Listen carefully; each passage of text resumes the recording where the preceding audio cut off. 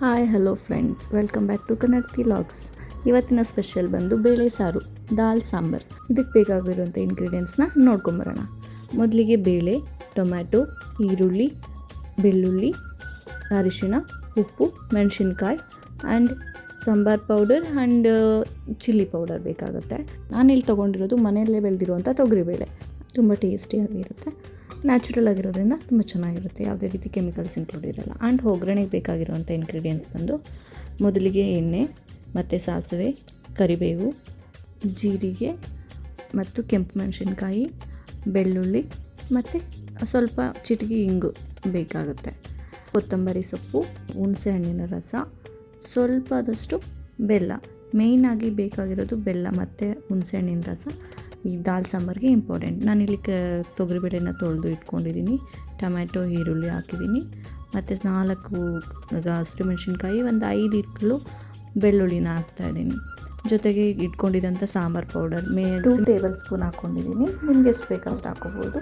Chilli powder ಕೂಡ ಅಷ್ಟೇ, ನಾನು 2 ಟೇಬಲ್ ಸ್ಪೂನ್ ಹಾಕ್ಕೊಂಡಿದ್ದೀನಿ. ನನಗೆ ಖಾರಕ್ಕೆ ಸಾಕು, ಅದರಿಂದ ನಿಮಗೆ ಖಾರ ಎಷ್ಟು ಬೇಕೋ ಅಷ್ಟು ನೀವು ಹಾಕ್ಕೋಬೋದು. ಮತ್ತು ಬಂದು ಅರಿಶಿನ ಒಂದು ಚಿಟಿಕೆ ಹಾಕ್ಕೊಂಡಿದ್ದೀನಿ. ಅದ್ರ ಜೊತೆಗೆ ಸ್ವಲ್ಪ ಉಪ್ಪು ಹಾಕ್ಕೊತಾಯಿದ್ದೀನಿ. ಉಪ್ಪು ಜಸ್ಟ್ ಚೆನ್ನಾಗಿ ಸ್ಮ್ಯಾಶ್ ಆಗಲಿ, ಚೆನ್ನಾಗಿ ಬೇಯಲಿ ಅನ್ನೋ ಕಾರಣಕ್ಕೆ ಹಾಕ್ತಾಯಿದ್ದೀನಿ. ಆ್ಯಂಡ್ 1:3 ಹಾಗೆ ವಾಟರ್ ಆ್ಯಡ್ ಮಾಡ್ಕೊತಾಯಿದ್ದೀನಿ. ನಾನು ತೊಗೊಂಡಿದ್ದು 1/2 ಬೌಲ್ ತೊಗರಿಬೇಳೆ ಆಗಿರೋದ್ರಿಂದ ನಾನು 1.5 ಬೌಲ್ ವಾಟರ್ನ ಆ್ಯಡ್ ಮಾಡ್ಕೊಂಡಿದ್ದೀನಿ. ಆ ವಾಟರ್ ಸ್ವಲ್ಪ ಕಡಿಮೆ ಇದ್ರೇ ಚೆನ್ನಾಗಿರುತ್ತೆ, ಬಿಕಾಸ್ ಅದು ಆಚೆ ವಿಸಲ್ ಆಗಬೇಕಾದ್ರೆ ಉಕ್ಕೋದಿಲ್ಲ. ಅದರಿಂದ ಸ್ವಲ್ಪ ಆಯಿಲ್ ಹಾಕ್ಕೊಂಡು ಚೆನ್ನಾಗಿ ಅದನ್ನ ಮಿಕ್ಸ್ ಮಾಡ್ಕೊಳ್ಳಿ. ಮತ್ತು ಸ್ಟವ್ ಹಚ್ಚಿ ನಾನು ಇಟ್ಟಿದ್ದೀನಿ. ಈಗ ಅದು ವಿಸಲ್ ಬರೋವರೆಗೂ ಕಾಯಬೇಕು. ನನಗೆ ಸ್ವಲ್ಪ ಮನೇಲೇ ಬೆಳೆದಿರೋ ತೊಗರಿಬೇಳೆ ಆಗಿರೋದ್ರಿಂದ ಜಾಸ್ತಿ ವಿಸಲ್ ಆಗಬೇಕು. ನಾನೀಗ 4 ವಿಸಲ್ ಹಾಕ್ಸಿದ್ದೀನಿ. ನಿಮ್ಗೆ ಎಷ್ಟು ಬೇಕೋ ಅಷ್ಟು ಹಾಕಿಸ್ಕೋಬೋದು.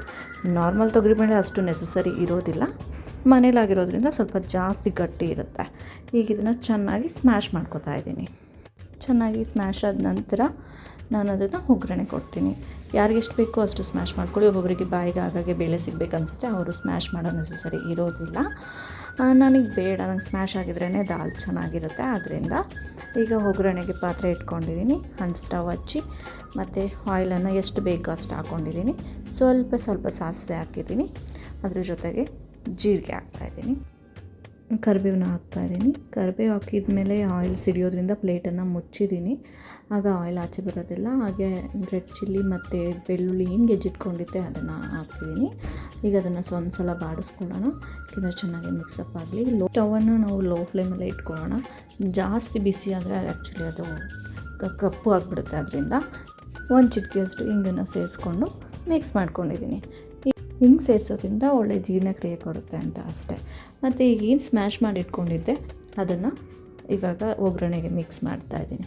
ಚೆನ್ನಾಗಿ ಮಿಕ್ಸ್ ಮಾಡೋಣ.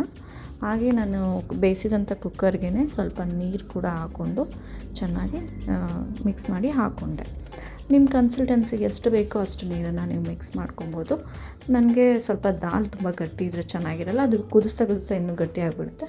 ಅದರಿಂದ ನಾನು ಸ್ವಲ್ಪ ಚೆನ್ನಾಗಿ ನೀರನ್ನು ಮಿಕ್ಸ್ ಮಾಡಿದ್ದೀನಿ.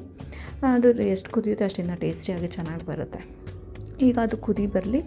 ಉಪ್ಪು ಹಾಕ್ಬಿಟ್ಟು ರುಚಿಗೆ ಎಷ್ಟು ಬೇಕಷ್ಟು ಉಪ್ಪು ಹಾಕಿದ್ದೀನಿ. ಮುಂಚೆ ಹಾಕಿದ ಉಪ್ಪು ಬಂದು ಜಸ್ಟ್ ಅದು ಚೆನ್ನಾಗಿ ಸ್ಮ್ಯಾಶ್ ಆಗಲಿ ಅನ್ನೋ ಕಾರಣಕ್ಕೆ ಅಷ್ಟೇ. ಇವಾಗ ನಿಮಗೆ ರುಚಿಗೆ ಎಷ್ಟು ಬೇಕೋ ಅಷ್ಟು ನೀವು ನೋಡಿಕೊಂಡು ಉಪ್ಪನ್ನು ಸೇರಿಸ್ಕೊಳ್ಳಿ. ನಾನು ಮತ್ತು ಹುಣಸೆ ರಸನ ಈಗ ಆ್ಯಡ್ ಮಾಡ್ತಾಯಿದ್ದೀನಿ. ಇದಕ್ಕೆ ಮೇಯ್ನು ಹುಣಸೆ ರಸ ಮತ್ತು ಬೆಲ್ಲ ಟೇಸ್ಟ್ ಬರೋದು ದಾಲಿಗೆ ಬಂದು. ಹುಣಸೆ ರಸ ನನಗೆ ಸ್ವಲ್ಪನೇ ಸಾಕು, ಬಿಕಾಸ್ ಟೊಮ್ಯಾಟೊ ಹಾಕಿರೋದ್ರಿಂದ ನಮ್ಮನೇಲಿ ಯಾರೂ ಹುಳಿನ ತಿನ್ನೋದಿಲ್ಲ. ಈಗ ಹುಣಸೆ ರಸ ಆಗಿ ಕುದಿ ಬರ್ತಿದೆ. ನಾನಿವಾಗ ಏನಿದೆ ಬೆಲ್ಲನ ಅದನ್ನು ಆ್ಯಡ್ ಮಾಡಬೇಕು. ಈಗ ಬೆಲ್ಲ ಹಾಕಿ ಆಗಿದೆ. ನೆಕ್ಸ್ಟ್ ಕೊತ್ತಂಬರಿ ಸೊಪ್ಪಿತ್ತಲ್ಲ ಅದನ್ನು ಆ್ಯಡ್ ಮಾಡ್ತಾಯಿದ್ದೀವಿ. ಇವಾಗ ನಾನು ಸ್ವಲ್ಪನೇ ಹಾಕಿದರೆ ಸಾಕು, ಚೆನ್ನಾಗಿ ಬರುತ್ತೆ. 5 ನಿಮಿಷ ಕುದಿಸಿದ್ರೆ ಬೇಳೆ ಸಾಂಬಾರು ಕಂಪ್ಲೀಟ್ಲಿ ರೆಡಿ ಆಯಿತು. ನೀವು ತಿನ್ನೋದಕ್ಕೆ ರೆಡಿಯಾಗಿರುತ್ತೆ. ನಾನು ಜಾಸ್ತಿ ಕುದಿಸೋಕೆ ಹೋಗ್ಬಿಡಿ, ಅದು ತುಂಬ ಗಟ್ಟಿಯಾಗಿಬಿಡುತ್ತೆ. ಲಿಮಿಟಾಗಿರಲಿ ಅಂತ, ಯಾಕೆಂದರೆ ಆಲ್ರೆಡಿ ನಾವು ಕುಕ್ಕರಲ್ಲಿ ಬೇಯಿಸ್ಕೊಂಡಿರೋದ್ರಿಂದ. ಬೇಳೆ ಸಾಂಬಾರು ರೆಡಿ. ನನ್ನ ಯೂಟ್ಯೂಬ್ ಚಾನಲ್ನ ನೋಡಿದ್ದಕ್ಕಾಗಿ ಥ್ಯಾಂಕ್ ಯು. ಲೈಕ್ ಮಾಡಿ, ಸಬ್ಸ್ಕ್ರೈಬ್ ಮಾಡಿ. Thank you.